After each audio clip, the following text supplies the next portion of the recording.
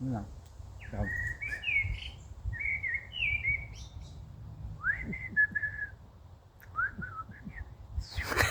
زبونم بیفهم.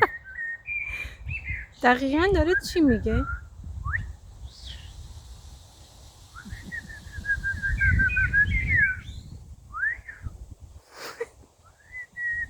سلام منم بهش برسون خب. آخرش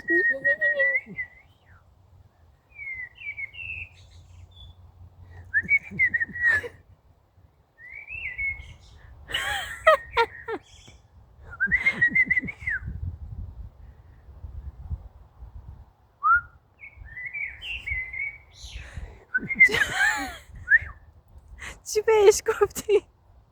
بین خودمونه.